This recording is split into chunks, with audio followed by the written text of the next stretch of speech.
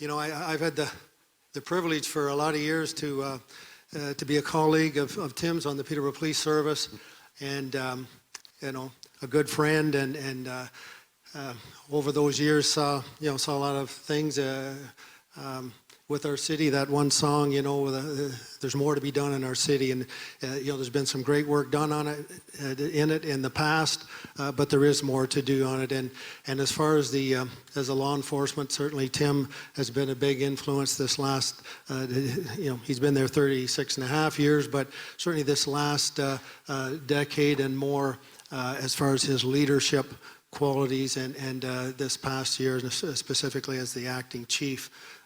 Before I do that, so I just want you to read a quick excerpt before I have Tim come up, and this little resource, it's called Behind the Badge Devotional, and my son Trevor gave it to me a couple years ago, and I thought, wow, I've read the thing pretty much every day since, but I thought this would have been a resource that I would have loved to have in my briefcase every day. It literally captures you know, in 60 seconds, it just helps you focus your day, change your mindset, and get you prepared for the day and the duties ahead. This one in particular, this is today's February 26th, and I don't think it's any coincidence as we have Tim here. It's called Forging Leaders. Okay, there are a few more caveats to that, but the principle rests easy here. If you want to grow as a law enforcement officer, invest in your career by learning as much as possible, respecting your superiors, and setting a great example for others around you. Your selfless sacrifice and initiative to be proactive and professional will take you further than bickering and backbiting. Demonstrate love and be the example of God's love to those you meet today. There are no guarantees any of us will live to see another day, week, or year. Therefore, it is imperative we begin immediately investing in eternal values. Just as you would seek the counsel of an experienced mentor in law enforcement, so take the time to seek God through His Word. While the laws you enforce may be repealed or appealed or fail to be upheld, God's Word never changes, and He remains the same forever. Based on Proverbs 8:17, I love those who love me, and those who seek me find me. And the little prayer that goes with it, Heavenly Father, thank you for the gift of leadership. I give you my goals and ask you to lead me as I lead others today. Amen. So, like I say, I don't think it's any coincidence that that was the devotional today with Tim coming, and we've asked him to come and just share generally on the overall condition or state of our city from his perspective at this time. So, Tim, come ahead.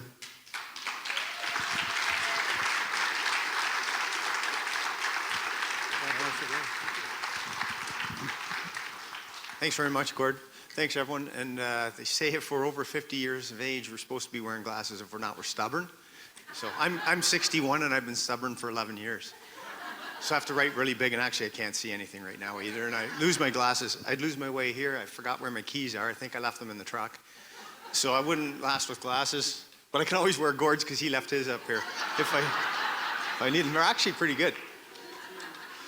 Anyways, I'd love to just be able to joke around because I am kind of a goofy character, and there's officers in here who've worked with me and work with me now, and they know I like to be goofy most of the time. Don't take myself too seriously. And in policing, the most important thing for any people in leadership positions is to remember, I need the front line more than they need me. That's what keeps you humble, is knowing that I need them more than they need me. And if you always come with that perspective, it helps you, right? And when I said from previous chiefs like Murray Rod, we're the least amongst them. The higher we go in the organization, we're the least amongst the group. Although you wear the gold and you go to all the meetings, you do all those things, you're really not that important. So you got to keep that in mind and have faith. And we'll talk about that kind of at the end. Where did Peterborough come? 1986, I started here. Actually, 1984, I was too short to get on. Somebody fought the Charter of Rights. And in 1986, I got a call from Gord Dawson, who offered me to get into the interview process because of that charter fight. There was 5'11", 185 pounds, I think you had to be in the early 80s. So I just kept going to school, knowing that my calling was policing, and knowing that through God. So where we came in Peterborough in 1986, don't ever think Peterborough was a Sleepy Hollow. That's just the good work of the men and women in policing that make it look like a Sleepy Hollow, and that's a testament to our front line and all the supports around them. There is a lot happening in this community, always has been. Officers from OPP and Peterborough can tell you, could all write a book on tragedy, on trauma, on things that they've gone through. The hardest thing is just the increase. And just my perspective, and realize whatever I say is polarizing and divisive. Anything that you talk about in regards to addiction issues, homelessness, poverty, mental health, is all polarizing and divisive. Everyone has a different view, even in policing. And don't think that every police leader agrees with Tim Farquharson across the country. Although God's put me in those places, and now at the international and the national level, on speaking around these issues, that's God's work. And for me, I've had to tune out the noise, because you get attacked, and that's just the way it is. You get attacked for saying God or talking about Jesus and the need for that. But we'll come to that in a minute. We've had traditional organized crime in Peterborough since, probably for 100 years now. We're over 160 years old, so it's been around forever. Bikers, one percenters, that's been around forever. All those pieces have been in Peterborough. The drugs of cocaine, hash. As I was growing up, there were some heroin users in Peterborough, actual heroin, which we haven't seen in years in Peterborough. Cocaine, methamphetamine has been around since the 80s in Peterborough, but in small groups. You knew who was doing it. You knew who was doing the crimes. They were much easier to solve in the early 80s. We dealt with homelessness, but not much. We had Jerry Taylor, God rest his soul, Reg Givens. Like, there was probably 30 to 50 always, and that was usually alcohol or solvents. Some addiction issues in regards to the heroin, as I said. And our job was to interdict traffickers. That's what policing always was. It's changed completely, drastically now for the front line. But everyone knows in 1998 what happened with Purdue Pharma. I don't have to give you the background on that. We all know OxyContin and what that did. We knew that our medical professionals were trained that it wasn't non-addictive, which is the furthest thing from the truth. And in 2000, we saw Peterborough changing. And we saw it in policing changing. Police leaders across the country saw it changing. Our robberies started going through the roof. Our weapons offenses and seized weapons, our home invasions, our break-and-enters all started climbing in the early 2000s. And that goes back testament to drugs. Our human trafficking, in that time, we had probably 26 souls walking the streets of Peterborough. All young ladies, all with a history of sexual assault, all on opioids. Why do we take drugs? For pain, right? Psychological, emotional, or physical pain. That's what it comes down to. Everyone has a different story. But with that came in the year 2000 a group called PARN, Peterborough AIDS Resource Network.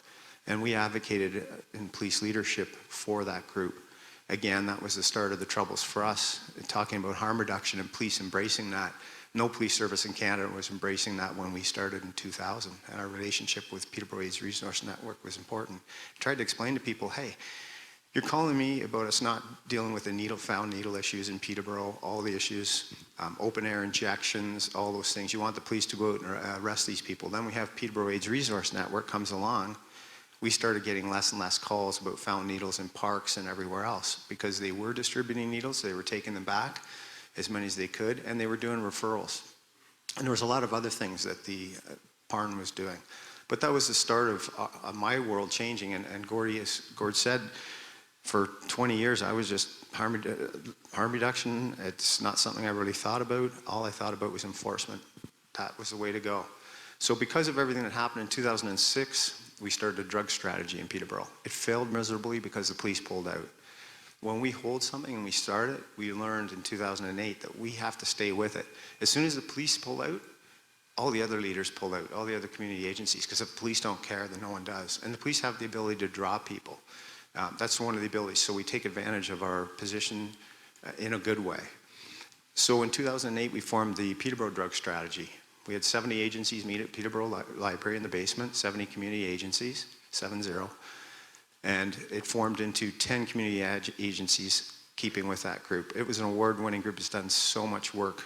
It would be a story for another day. It's still going, and other municipalities in Canada have modeled their drug strategies after ours. So there's fantastic work done there. We embraced the 4-pillar approach. We had to get more drug officers. How did we convince the board of that? We promised them we'd embrace the 4-pillar approach, which is harm reduction, treatment, prevention/education, and enforcement. All 4 pillars working together in a collaborative way. Because it's the only way we're going to be making any progress. And I'd love to be coming here and telling you, because I've been here twice before over the last 10 years, and both times I think I said I don't think it could get much worse than what it was, but I don't say that anymore because of everything that we learned with OxyContin. We advocated in policing for a tamper-proof OxyContin in 2012. Well, what were the unintended consequences of Oxy Neo, the tamper-proof Oxy? People just went to fentanyl because they couldn't use OxyContin anymore. And fentanyl, we all know, is 100 times worse than morphine, 100 times stronger, right? And then you get into carfentanil, thousands of times stronger than morphine. And the acetylines and everything else that's coming. And then the benzos put into that. There's no drugs available anymore in Peterborough that couldn't be tainted. And so that's why you see a lot of the death. Homelessness increasing, we saw that happening, and what people were calling Tent City, we don't call that, we just called it the Victoria Park incident, where we had 70 tents set up. All those people in those tents weren't causing trouble. Some were, some smaller portions, but it was like a community. People were coming in and extorting, sexually assaulting, there was robberies, people hiding in there that weren't even homeless on warrants and taking advantage of our most vulnerable. So we had to do something about that. We did 24-hour policing for 5 weeks, 24/7, 2 officers trying to deal with that community, $150,000 of taxpayers' money, which is the least of the problem, but that does cause ire amongst taxpayers to deal with that issue. It's, for me, the hardest thing has been the perpetual cycle of displacement that the police have been put into. And for as long as I've been here, the promise was, and I know it'll continue with Chief Stu Batts, is that the police are not going to be involved in this. And that's caused trouble for us with the municipality who feel that the police should be doing something. We basically pushed everybody into the encampment now that we all know on Wolf Street at the overflow shelter. The community agencies say, Tim, if you follow up and treat that as trespassing, start dragging people out of there and arresting them, we won't find them because they'll go somewhere else. And what good is it doing? We won't get them to their doctor's appointments. We won't get them to their psychiatrist appointments. A lot of them can't even take their pill each morning. The biggest decision is taking a pill in the morning. Community agencies and outreach groups help them do that, and that's why they need. And that's why we're leaving that encampment. You can argue that they could go to a shelter, anything else. There's not that many shelter places. There's not enough for all the homeless in Peterborough. And because of the barriers that are at the shelters that have to be there, we need more low barrier housing, which we'll talk about. We pushed for the MSORT team. That was a police-led, it was our idea as police leaders. The MSORT team is a mobile support overdose resource team. That's an outreach team that's just coming to an end, that's been in Peterborough for 2.5 years. It's a paramedic-based model, 6 people, 3 to 4 people have lived experience, and then there's a kind of a manager role as well. That was a federal grant through Health Canada that the police service wrote in partnership with the community agencies that were involved. That team's coming to an end in March. I don't even want to think about the challenges faced after March because the government's not going to give any more money. And it was tried, tested, and true. And I mean, we have Scott and his team. We have other teams that are out there doing outreach. They're going to have to fill in the gaps to deal with it. But we lost, when I first talked about in 2000, we were losing 12 to 17 people in Peterborough County a year. It was huge. We were only like 3 to 5 homicides in Peterborough a year on average. And to vehicular accidents, maybe 4 to 5 people, all tragically lost. But still pales in comparison to the drug issue and the overdose issue. We are now up to 55 souls lost, deaths in Peterborough a year. It's unbelievable. It's horrendous. To me, it's staggering. And when I look at where we were in 2000 and where we are now, it's beyond belief. And it's heart-wrenching. But I'm not giving up, and that's why I'm still in policing. 61 years old, and I feel that I'm going to at least hopefully do another 3 or 5. And in the meantime, you try and mentor people around you to take on your role because you know you're not going to be there forever, and you want other people to carry on what they have to do the right thing. And it's not easy with those pressures that I talked about. We have 3 MCIT teams. Why is it a good time for me to leave now after 36 and a half years? Because some good things are happening in Peterborough. The Mobile Crisis Intervention team is an amazing team. That's the mental health nurse and the police officer. We have 3 teams up and running now. We've only had 1 for so many years because of funding and trying to get that. We've started in Peterborough an adult mental health and addictions diversion. So if somebody comes into conflict with the law, we've always done it with youth, and we've done it with female first-time shoplifters. We've had diversion programs like that. But this is the first time we're up and running with our officers out, meeting people, treating them with respect, making referrals, and if they come into conflict with the law, they have the ability to divert them. Instead of going to court, they don't go to court. Try and get them the direct pathway, the right referral. So I'm really, really happy about that. We also supported the Safer Supply program. And this is a tough one because the Safer Supply, as everyone knows, not to get into diacetylmorphine, Dilaudid, those pieces, just know that there's legal drugs that are clean. If we're saying that it's toxic drugs that are killing people, if I look at those 26 sex trade workers, now there's more, but let's just go back to 2008. We've spent millions of dollars in human trafficking. We now have 2 full-time human trafficking officers, and our sex assault team is working on a lot of human trafficking. It's gotten that bad in Peterborough, at the hotels, on the streets, and it's 99% young ladies, and none of them are getting any of the money that they're trafficked for. Not that it's right in the first place, but none of them see any of the money. They're all being kept with their addiction issues, and the human traffickers take the money. So we're working on that piece of it. But why wouldn't we have looked at a Safer Supply project? And we are now. But if nothing else is working, and we're spending all this money on human traffickers, why wouldn't we look at introducing a Safer Supply to those young ladies? Don't forget, we're still working towards rehabilitation, recovery, whatever that looks like. And it's going to look different for everybody, but police still want to see that. That's huge. But the Safer Supply project and the Health Canada grant that's going on now, there was, the last time I checked, 25 to 30 clients. We don't see them. They're not coming in conflict with the law. Some of them are going to work. Some of them have their children back on a Safer Supply. Again, some people will look at that as enabling, but you have to understand, and if you ever want, you can bend my ear anytime, because I never get upset, because I was on the other side at one time, and I've completely changed my views of where we need to go. Where else we need to go? Homelessness, we've talked about that piece of it. I go across Canada, from East Coast to West Coast, been at most of the supervised injection sites. Here it's called consumption treatment sites. And any nurse or person with lived experience will say, Tim, you can't really address the addiction issue until you've addressed the homelessness issue. And I've heard that from everybody. Somebody has to have at least a roof over their head and a room that they can lock and feel safe in when they need to, and put their belongings there. We see all the carts going around town and everything else. And people are saying to us, Tim, you got to get your guys to start arresting all those people that stole the grocery carts from the store. And where is that going to get us? There's other things that we have to look at for that, right? Why don't we do some fundraising? Well, first of all, there's magnetic strips now. There's technology that can stop that. But then I get it. The store owner saying to me, but Tim, why should I have to pay for that? Your officers are letting these people walk around with carts, not realizing the other piece of it. That's all their belongings that they can have. Until we come up with another idea, we're not going out and arresting people with the carts. First of all, judges wouldn't even look at it. Second of all, it's just adding to the stigma that's already through the roof. We look at COVID. We changed the world for COVID, didn't we? We did that pretty damn quick. We changed all the laws. We were able to do everything, spend hundreds of millions, put countries into debt, just like that.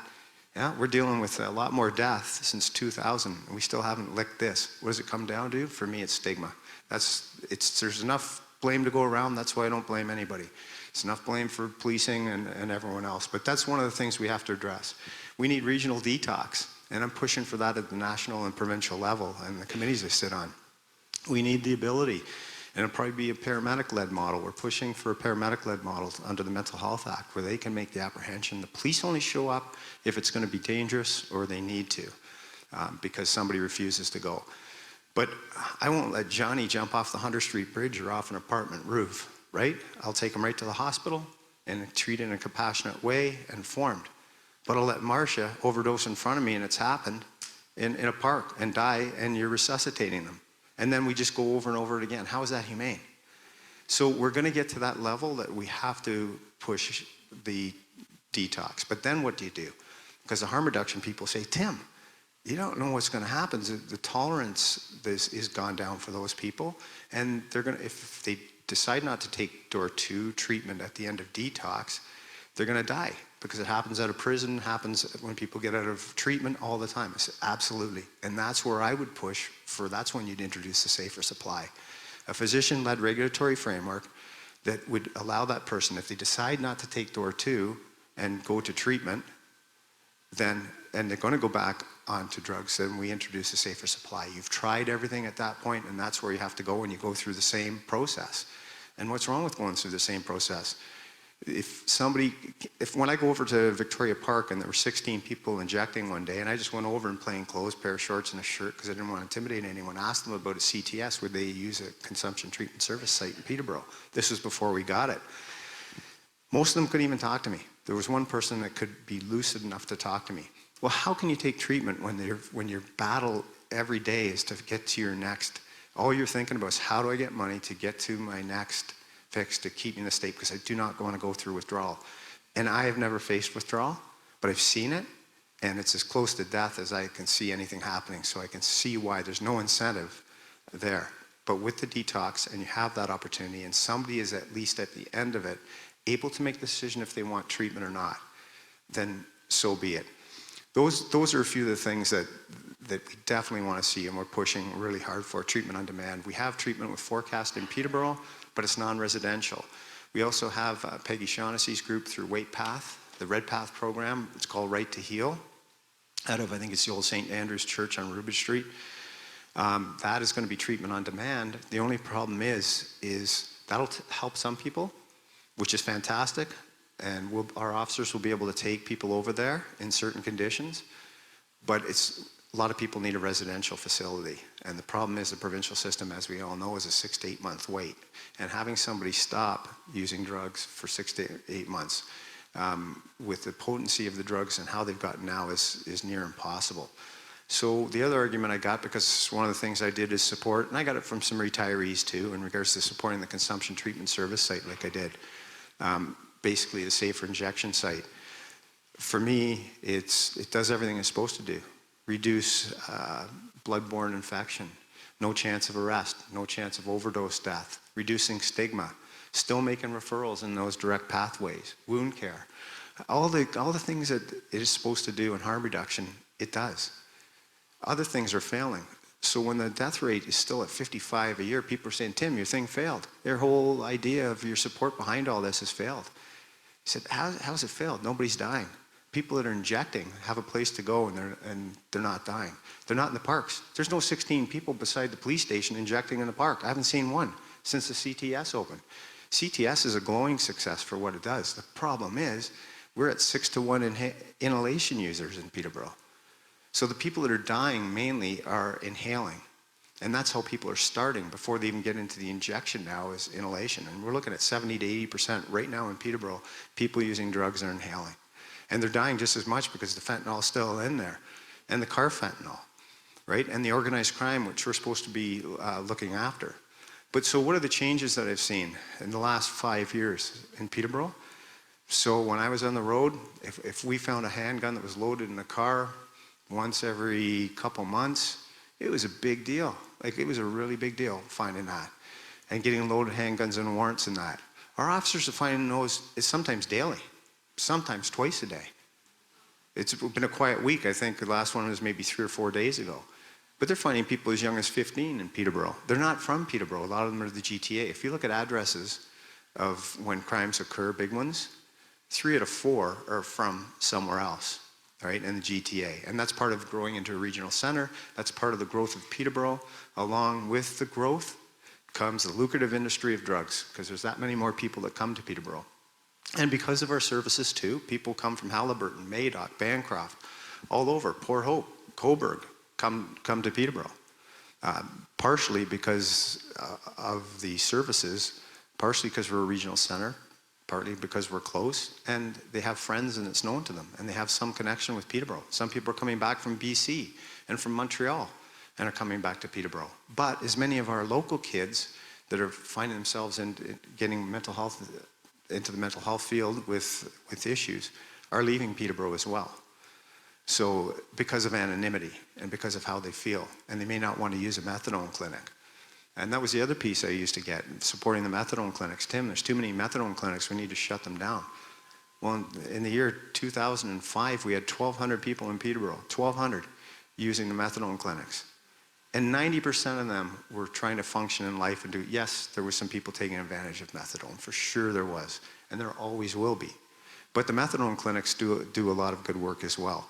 And it was another opioid agonist therapy that we needed. And it's not for anybody. And that's the biggest thing. If we're going to truly meet people where they're at, we have to have all these, what you hear, the multi-pronged approach. We need to have that. Because to meet people where they're truly at, for Gord, if he's suffering addiction, or Scott, or myself, it's going to be different, what I need and the pathway that I need to go. But how I want to say this is there's some amazing work. If it wasn't for the good work that was happening in Peterborough from so many groups, this problem would be exponentially worse than the tragedy that it is now. So you want to give kudos to people for that. And how I want to finish up is that the one thing we're missing in leadership books and everything I've read, because we've all read all leadership books, but they don't talk about faith, and they don't talk about prayer, and they don't talk about God having to intervene in Jesus. It's just not there. And we're afraid and we're ashamed. But as the Bible says, if we're so afraid and ashamed to talk about Jesus and God, Jesus will be ashamed of us when we get there. So that's a tough one to get into. But I don't know if anyone's read a good leadership book that talks about this, because this problem's not going to be solved. We can't fix it. We think as human beings, with psychiatrists and scientists and everything, we're going to fix this problem because we can fix anything without God's help. We can't do it alone. Convinced of it after 36.5 years. We're not going to get out of this crisis without a lot of prayer. So this is going to be, I feel like a hamster on a wheel where we've been triaging this, triaging it, and we're going to do this generation after generation. And people say, Tim, they're all going to die off. Well, they're not dying off. 55 people in a year in a population of 85 to 90,000 is incredibly high. They're not dying off. It's getting higher and higher. As long as there's dysfunction as families, as long as there's sexual abuse, emotional abuse, physical abuse, as long as people are falling off ladders or going for dental work, this is going to go on. As long as people are stressed and just have stressors in life and want to try drugs because it makes them feel good and they can escape for a while, these things are going to continue and continue. And there's my pitch for youth resiliency. Every time I finish off anywhere, it doesn't matter where it is, I push the education minister and anyone else I can. Until we change our education system for our youngest, starting at JK, SK, all the way up with resiliency skills to give them the coping skills that they're going to need. I was just blessed because I had an amazing family and amazing support. That's why I can't take credit for stuff. I give credit to God and Jesus. I don't take credit for anything. And having amazing people around me. But not everybody has that. I got family members who the only reason that they're not in the streets of Peterborough is because they have such an incredible network. But not everyone has that. Not everybody does. And even sometimes when you have the best family in the world, it can happen. When everything's going right. And it took OxyContin. When I look at the silver lining, it took OxyContin to come along when judges' sons and daughters and nurses and coppers and lawyers and teachers and sanitation workers and everybody, it just happened to everyone. There was in Peterborough in the first 15 years of my career, we knew every single person that was succumbing to addictions. It was what we call those people, right? The addicts and the junkies. That's what it was now. We don't call them that because it was the wrong thing to call them. It's people struggling, and we're supposed to support them. So for all those people struggling, the police, with a compassionate approach, and that's all we've tried to mentor to our younger officers, we're hiring on character now. We're hiring and we're trying to promote people on character. We can teach people anything. You can't teach people compassion and caring. And those are the two of the biggest things that you need. And in leadership, and that's leading from wherever you are, to lead properly, you need trust. And how do you get trust? It's caring and compassion. And that's what I'm convinced of. And as I said, if we don't get to a faith-based model of treatment, and I know there are some out there, and we don't all pray, things will just keep getting worse. And that's the thing that concerns me. So that's what I want to push for. The biggest thing too is forgiveness. And the two pieces that have got me through, when people say, Tim, how do you not get mad? And how you just got attacked by a board member for 2 hours and you didn't say a thing. And you know what I've used? Forgive me, for they know not what they do, right? And we all know who said that. So I stole a line from the greatest man that ever lived, right? But I always give him credit. I give him credit every time. And the other one is love your enemy. Because you can be pissed off at me, you can hate me, you can be angry with me. I'm not angry with you. I'm not angry with anyone. I believe after 36.5 years, I'm not frustrated with anyone. I love everyone I work with. I love the community and I love the organization. So love your enemy, and eventually they get tired of throwing stones at you, right? And the only perfect man that ever lived, how many people hated him? I tell my kid when they say, everyone hates me at school, I said, look how many people hated Jesus. And that was the perfect man. So don't ever expect to be loved by everybody. Ain't gonna happen. Just know that Peterborough will be in good hands with the police service you have, with our county OPP, and with our police service, our local officers. And they're doing the best they possibly can. There's some good news coming with some hires. We've been under stress. We've been a stressed organization. Our members have been completely stressed. Occupational stress injuries are through the roof. It's not just us. Paramedics, nursing, fire, frontline responders at harm reduction sites, at the CTS. Everybody is overloaded and overwhelmed. And we have to crack the code on that, because this is not sustainable, what's happening for all of us. So those are the things I'm going to push for in my last 3 to 5 years. I'm not giving up. I'm still sitting at the national and provincial tables on these, and I'll still push everybody. And like I said, I'll just keep tuning out the noise when I frustrate people. But I thank you for giving me the time. Thank you for inviting me. The band was incredible. You're all incredible. I love this service, and I will be back. I get to stay on my farm. I got 48 little critters out there that I couldn't move, so the board in Port Hope said I could stay on the farm as long as I make it down there for all the events. So all the events in the evening meetings I have to be at and weekends, but I promised them that I would do that, but I'm not leaving Peterborough permanently. So anyway, love you all, and thank you so much. That's awesome. I just need the one set of cheaters. Scott wants two. Well, whoops. There's certainly nothing more I can say in that vein for our city, for our community, for our officers on the thin blue line than what's been said. And I think everybody gets a little taste and appreciation of the quality of not just leadership within the service, but the support when you got a chaplain like Scott to come along and do that very thing.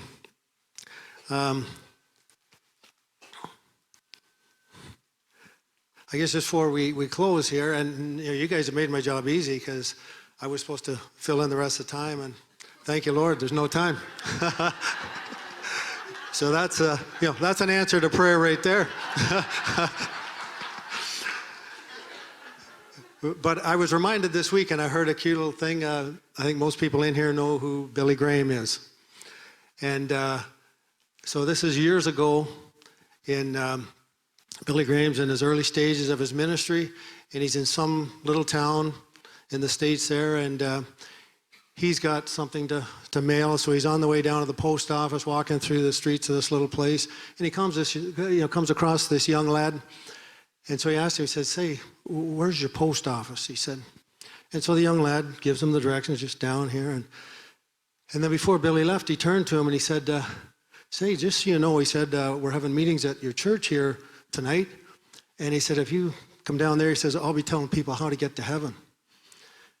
And the young lad looked at him for a minute, and he said, "Well, I'm sorry, sir, I won't be there." And Billy said, "Oh, can I ask why you won't be there?" He said, "With all due respect, sir, you don't even know how to get to the post office."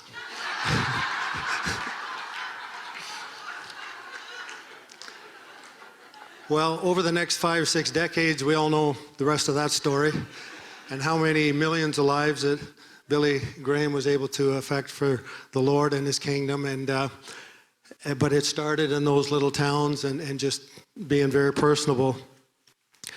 Okay, I'm going to close, and it's a little unusual. Get these on again. It's a little unusual. You know, usually when you come to any book, and before you might even read the book, you would read the foreword. And yet, you know, regardless what I was going to say earlier and just share whatever, I was still going to read this last. And the reason for that is that Adam Davis was a former police officer who wrote this devotional, Behind the Badge. And in doing so, he was a police officer, he was a businessman, he became an author, he's now a renowned speaker, and he's a father of 3 and a husband and a strong believer, and still is a very big advocate for law enforcement and just supporting them, kind of like what Scott does, just a cheerleader, now writing books to encourage people for that. But in his foreword, he asked a former colleague of his from the police department that wasn't a believer. So that in itself was something to ask him to write the foreword for this devotional. And so he asked this. His name was Randy Sutton. He was a retired lieutenant at this time, himself an author. And so I'm just going to read you what Randy said, and I thought it goes along a lot with what's been shared today. And he says, "I must start by telling you that I'm not a religious man. So when Adam asked me, honored me by asking me to write the foreword for the Behind the Badge 365 daily devotions for law enforcement, I was somewhat taken aback. To be asked to write a foreword is kind of like being asked to be a godfather. It's not something to be taken lightly, and as an author of 4 books myself, I understand what it means. I didn't want to commit to him until I read the book, because if it was not something I could feel good about doing, it would be hypocritical to agree. And since I am not religious, I wondered how I would feel about it. I spent almost 34 years behind a badge, the first 10 years as a cop in a small New Jersey community, and the next 23 with the Las Vegas Metropolitan Police Department. During that time, I experienced what all cops have, and that is why I understand why Adam Davis wrote this book, Behind the Badge. He wrote it to help those men and women who daily face cruelty, violence, the horrors of death, and some of the worst aspects of humanity, and also the deadening of the soul that accompanies bearing witness to them. Being a cop means different things to different people, but to most who take up the badge, it's not simply a job, but a calling. People who enter into it are often idealists who believe they can make a difference in the lives of others. And in reality, they can, and they do. But the sheer avalanche of sadness and hopelessness that envelops them during their years of service dulls their awareness of all the good they do. They develop a protective shell that is difficult to penetrate, even by those closest to them. That only serves to isolate them further from friends and family, those who truly love them and want to be part of their lives. That isolation can lead to terrible paths of destructive behavior. Drinking, drug use, infidelity, and gambling are all symptoms of a great destroyer of law enforcement officers. This is called many things: burnout, cynicism, or the who cares syndrome, but it is in reality post-traumatic stress. It has destroyed more law enforcement officers' lives than all the physical attacks by suspects in history. And because the enemy comes from within, it is insidious, and it can become so overwhelming that it can destroy both body and soul. Post-traumatic stress can be a relentless enemy, but there are ways to combat it and defeat it. Some of the ways include therapy, some include counseling and support from friends, family, and co-workers. But every way includes belief. Belief in something greater than yourself. That is what Adam's book is all about. Belief that in the messages of each each day's devotional, messages that come from someone who has been there and walked in the shoes of a law enforcement officer, there will be solace. Readers will draw on that wisdom and the messages of hope and spiritual awareness shared by Adam each day of the year, and they will draw strength, not only from the messages, but also in the knowledge that they are not alone in their struggle. I hope you enjoy Behind the Badge, and perhaps more importantly, realize that none of us need to walk alone in this journey called life. God will always be by your side. And so I thought, from a man who would profess that he's not a man of faith, he is obviously a man of faith in different ways than he knows, but God used him mightily just in that forward. And as a former police officer, when I read that, I thought, wow, he's put into words some of the things that I felt and experienced over the years, but couldn't really put words to. And so I just want to share that, with you. Going back to what Tim said, he had a good family and support, and a lot of us have, but not everyone. And you think back to some of the things that your mother said to you. And the one thing I can always remember Mom saying was, do unto others as you would have them do unto you. That golden rule. I mean, who would have thunk back in the day that that's actually scriptural? Matthew 7:12 states that very clearly. And yet that's something I think that we all heard as children. And to this day, I tell you, if you did nothing more than live by that principle alone, it would serve you in good stead no matter what you did in life. And certainly as a police officer, I know over the years I always, that's the one thing that I felt. If you treat people the way you would want to be treated in that situation, whatever that situation is, then it won't take you too far off, the right course. And I don't know how many times, and I'm sure Tim's experienced this, and Scott will as he moves forward here, but where that little act, however small that might have been, it may be weeks, months, years later, but that person has come and acknowledged that you have no idea the importance of whatever that was.